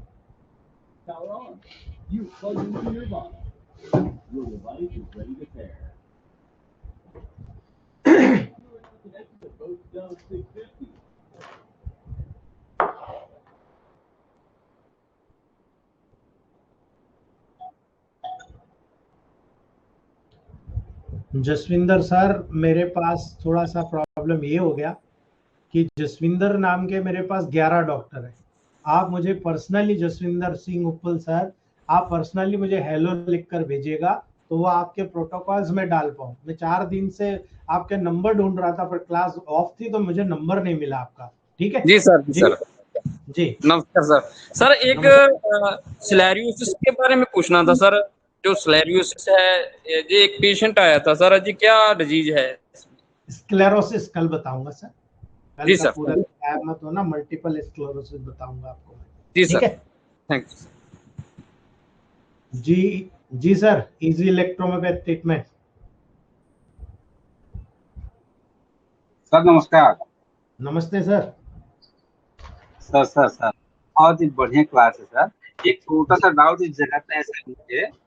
जी सर सर सेंसोरी में है या मोटर में ब्लॉकेज है, ये अपन कैसे पता करेंगे? सर यही तो चीज है जादू की, कल आपको पूरा बताऊंगा मैं डिटेल। देखो सर सीधी बात बता रहा हूँ, जब आप बॉडी में फंक्शंस को देखते हो ना, तो बॉडी हाँ के सेंसेशन में, जैसे आप ये हाथ शून्य हो गया आपका, कह रहे हो आप नंबने सारी, है ना, आप क्या जी मानोगे भाई, मूवमेंट तो हाथ कर रहा है ना, मूवमेंट हाँ कर रहा है, नंबने सारी, तो सेंसरी में मानोगे या मोटर में मानोगे? भाई मैं सेंसेशन, सर जी सर। है ना, सेंसेशन। आपको मैं बोलूं सर हाँ यहाँ मैं पिन पे चुबा रहा हूँ, मुझे पिन का चुभना ही नहीं महसूस रहा, हाथ काम कर रहा, लेकिन पिन चुबा रहा हूँ, मुझे सेंसेशन ही नहीं हो रहा। आप किस में प्रॉब्लम क्रिएट करोगे, एफ्रेन में या एफ्रेन में? वापस आ रहा है, ये जाने वाले में है सर। जाने वाली, यानी ब्रेन तक नहीं जा रहा, करेक्ट, हाँ ब्रेन तक नहीं जा जी रहा, तो सर। किस में मानोगे आप, सेंसरी हाँ या मोटर? सेंसोरी में। सेंसरी में। प्रोटोकॉल क्या बनाओगे जी आप? प्रोटोकॉल क्या बनाओगे?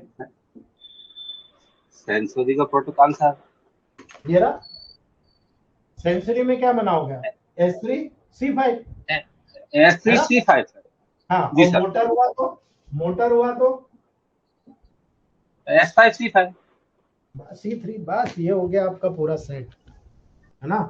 आपको ये जी चीज कल, बहुत कल और परसों 2 दिन लगातार जब ये पूरे फंक्शन आपको वेल्टेड गेटेड और ये पूरा ब्लॉकिंग वाला इनिबिटरी, कल क्या अभी बाकी है इनिबिटरी सिस्टम ये वाला, है ना, ये जी जैसे सर। ही बताऊंगा जी सर। आपको पूरा क्लियर हो जाएगा सर, है ना। इसके जी बाद जी में शुरू होगा चैप्टर पार्किंसोनिज्म, इसके बाद चैप्टर होगा जी सर। कोरिया, हंटिंगटन कोरिया, हाँ इसके बाद मल्टीपल स्क्लेरोसिस, है ना, इसके बाद पैरालिसिस, इसके बाद इपिलेप्सी, इसके बाद मेनिंजाइटिस, इसके बाद इंसेफ्लाइटिस, वन बाय वन पूरा ब्रेन से जी लगाकर सर। टॉप रीजन तक पूरा बताऊंगा सर, ठीक है।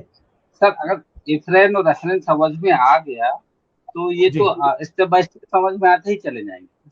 बिल्कुल आएगा सर, हमारे ग्रुप में 2-3 डॉक्टर बहुत अच्छा काम कर रहे हैं, एक डॉक्टर मुकेश कुमार गुप्ता सर कर रहे हैं, एक डॉक्टर आर के सिंह सर कर रहे हैं, है ना, एक हमारे गौरव सर कर रहे हैं, ये बहुत अच्छा काम कर रहे हैं सर, हाँ जी जी सर।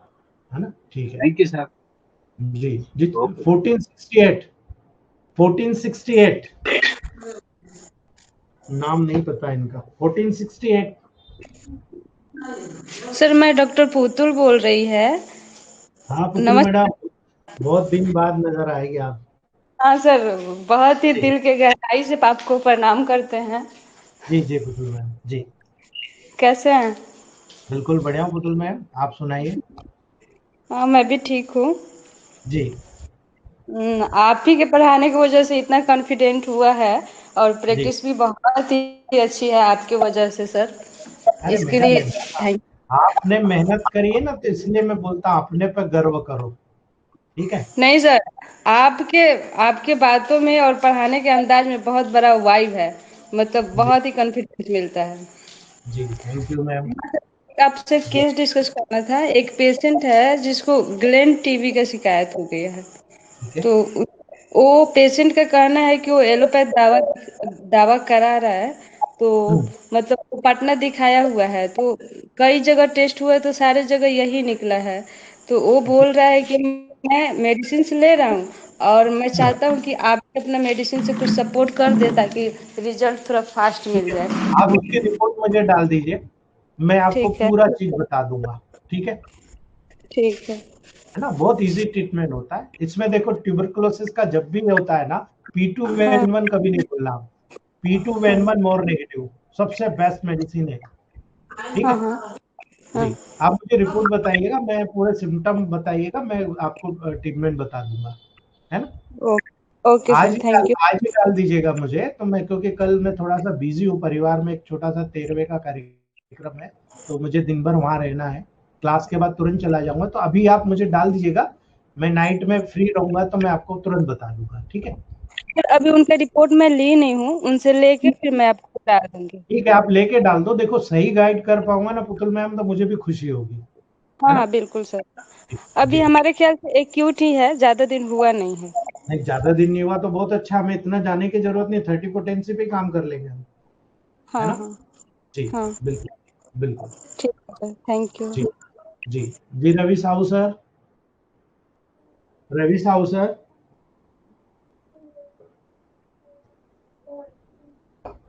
साहू सर, हेलो हाँ सर बोलिए। सर, नमस्कार। नमस्ते। सर वो क्या है, जैसे कि हम सेंसरी और उसका पढ़ रहे हैं ना सर, जैसे लेप्रोसी का केस होता है, उसमें भी सेंसरी का प्रॉब्लम होता है, मतलब टच करते हो तो उसको महसूस नहीं होता एट्रोपी में ना। है ना। तो सर इसमें जैसे कि लेप्रोसी, सर लेप्रोसी, लेप्रोसी ठीक है। उसमें सेंसेशन उसको महसूस नहीं होता है। तो सेंसरी बिल्कुल का मेन मतलब उसका वो है कि सेंसेशन नहीं आ रहा है उसको, ऐसा करके सर और दांत बिल्कुल भरते हैं, तो जी। उसको भी S3 का जैसे कि हायर डोज दे के देख सकते हैं क्या सर ऐसे। सर लेप्रोसी का सबसे बेस्ट प्रोटोकॉल होता है S1C1A1L1 ठीक है। ये सबसे बेस्ट प्रोटोकॉल होता है। दूसरा जब आप वहां पर ये देखोगे उसकी उंगलियों में जा रहा है तो सेंसेशन जा रहा है सर डेफिनेटली। अगर उंगलियां गलने लग गई है तो आप आरी का S5C3 आरी वाला प्रोटोकॉल चलाइएगा, है ना। और ये एक्सटर्नल लगाइएगा और C3S5 वाला, सॉरी S3C5 वाला ये इंटरनल देना आप साथ में आरी के साथ, ठीक है। बहुत तेजी से मैंने बहुत रिसर्च किया है सर, इसका बहुत रिसर्च किया है। मैं बड़वानी में इसी डिपार्टमेंट में जी बड़वानी में जो है ना लेप्रोसी हमारा डिपार्टमेंट में हूँ सर, जी। इसलिए। मैं आपको उसका पूरा पूरा प्रोटोकॉल बना के डाल दूंगा, आप उसको यूज कीजिए और फीडबैक मिले तो ग्रुप में डाल दीजिएगा, ठीक है। जी सर, आप बिल्कुल, मेरे पास केसेस है सर लेप्रोसी के, बिल्कुल मतलब बिल्कुल मैं डाल दूंगा आपको, आज ही डाल दूंगा। आप मुझे मैसेज कर दीजिएगा, मैं भूल नहीं पाऊं, आप मैसेज कर दीजिएगा, मैं डाल दूंगा आपको, ठीक है। Thank you very much sir. जी जी Gautam sir, doctor Gautam, Gautam sir.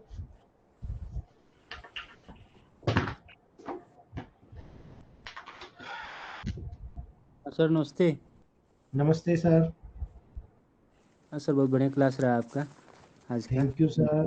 जी सर मैं ये कह रहा था कि जो नर्व की बात बता रहे थे, इसमें साइटिक हम क्या करेंगे, इस कंप्रेस की बात कर रहे साइटिक थे।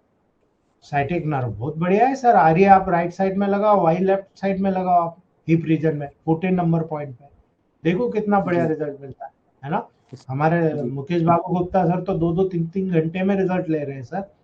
आप कुछ जी जी मत करो, एक प्रोटोकॉल बनाओ जी A2S5C5F2 दूसरा जी प्रोटोकॉल बनाओ A2S5C5F2 ठीक है। जी जी एक में जी वाई एक में आरी, राइट जी साइड में पारी वाला, लेफ्ट साइड में तो वाई वाला कंप्रेस कर दो, कुछ भी देखने की जरूरत, साइटिका बहुत जल्दी ठीक हो जाएगा, ठीक है। जी जी हो जाए। और यही चीज अगर राइट साइड में हो तो अम्बिलिकल कार्ड में आरी वाला डालो, लेफ्ट साइड में हो तो अम्बिलिकल कार्ड में वाई वाला डालो, देखो आप 24 घंटे में फर्क आना शुरू हो जाएगा, ठीक जी है।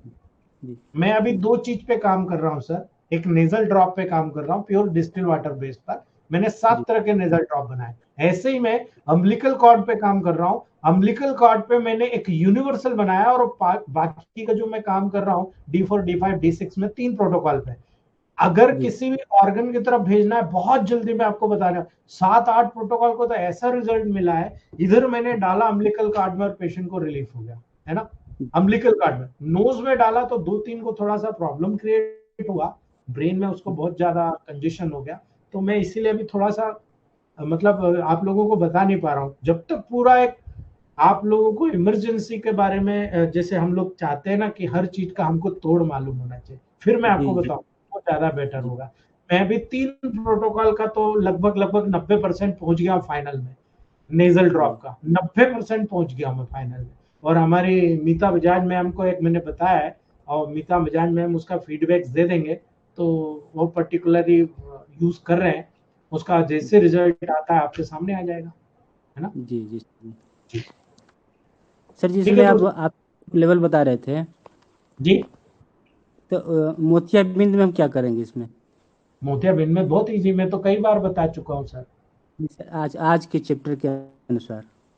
सर आई के लेवल पर जब ऑप्टिक लेवल पर आपको कैटरैक्ट नजर आता है ना, तो यहाँ पर जी सबसे बेस्ट प्रोटोकॉल होता है S12C5N1G का, सबसे बेस्ट प्रोटोकॉल होता है, ठीक है। ये जी सबसे बेस्ट है, लेकिन याद रखना मोतियाबिंद में रिस्क ये होता है कि अगर हमारी जो मेडिसिन होती है अगर उसको तोड़ देगी तो आंखों की रोशनी भी जा सकती है ना। इसलिए बहुत ही धीरे धीरे पोटेंसी को बढ़ाना है। डोजोलॉजी बहुत इंपॉर्टेंट है, ज्यादा एक्स्ट्रा ऑर्डिनरी नहीं, 10 ड्रॉप से ज्यादा नहीं देना, 4 टाइम 6 टाइम बहुत हो गया।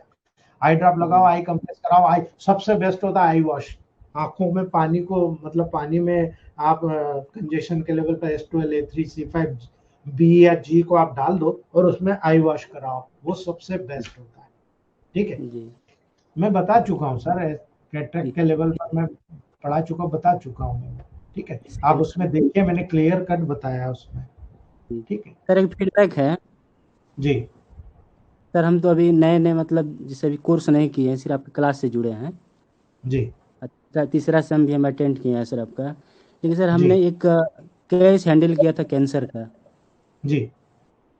सिर्फ गैंगनार फोर्ट सुपर लगा करके 3 महीने में सही कर दिया उसको। अरे वाह, सिर्फ लगा शानदार, कर। केवल लगा के, बहुत बढ़िया सर, शानदार। आपने कौन सी बम्बई पोटेंसी में लगाया? कौन सी सर, पोटेंसी में लगाया? बम्बई से रिटर्न आए थे, बम्बई टाटा से। ना ना, आपने कौन सी पोटेंसी में, D4, D5, D6 किस में लगाया आपने? सर जी डिफो। जी, D4 में, बहुत बढ़िया, शानदार सर, बहुत बढ़िया।